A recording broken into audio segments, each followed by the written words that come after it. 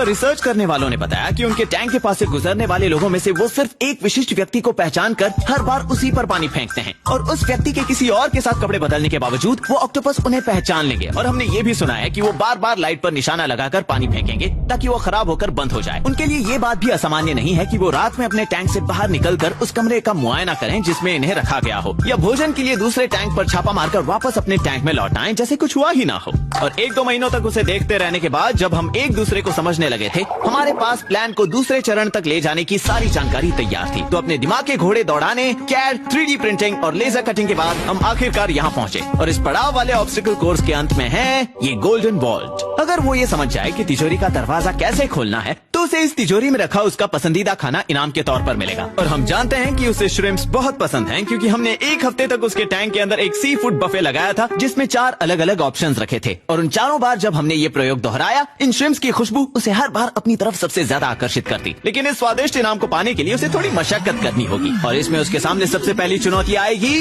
The over under. अगर वो इस बाधा को पार करने के लिए नीचे से खोद कर निकलती है, तो फिर उसे इस बाधा को पार करने के लिए इन बॉल्स के बीच से गुजरकर ऊपर से निकलना होगा। अगर वो ऐसा कर पाई तो उसे इस हरे पोर्टल से गुजरना होगा, जिसके बाद उसका आमना सामना होगा इस 4 पैनल्स वाले घूमते हुए दरवाजे से। और अगर वो घूमते हुए दरवाजे कैसे काम करते हैं ये समझकर अगले हरे पोर्टल तक पहुंच जाए, तो सशीमी के सामने होगी एक दीवार और यहाँ उसका खेल खत्म हो जाएगा। अगर वो ये नहीं समझ पाए कि इस बक्से को धक्का देकर वो यहाँ से निकलकर ऊपर बॉल ड्रॉप की ओर आगे बढ़ सकती है। और यहाँ पर चीजें थोड़ी पेचीदा हो जाती हैं, क्योंकि यहाँ होगी उसकी निपुणता की असली परीक्षा। यहाँ पर उसे इस लीवर को पकड़कर घुमाना है, जिसके बाद वो लीवर और ये 2 बॉल्स नीचे गिर जाएंगे और इस ट्यूब के जरिए ऊपर जाने का रास्ता साफ हो जाएगा। लेकिन फिर इस ट्यूब से ऊपर आने के बाद वो कैद हो जाएगी, क्योंकि अगले वाले हरे पोर्टल के आगे ये रेड गेट लगा है। और अब यहाँ से आगे बढ़ने के लिए उसे किसी तरह से इस इमरजेंसी एग्जिट बटन को दबाना होगा, जिससे ये ग्लास काउंटरवेट इस तरह सरक कर नीचे आ जाएगा, जिससे वो गेट ऊपर उठेगा। इसके बाद आएगा मेरा सबसे पसंदीदा पड़ाव, जल बिन मछली। क्योंकि यहाँ पहुँचने के बाद अगर सशीमी को आगे बढ़ते रहना है, तो उसे पानी से बाहर आकर 1 घंटे तक जिंदा रहने की क्षमता का फायदा उठाते हुए यहाँ पानी से बाहर रेंग कर इस दीवार के ऊपर से होते हुए वापस नीचे आना होगा, जहाँ इस पोर्टल से गुजरने के बाद उसे एक छोटा सा पावर अप मिलेगा,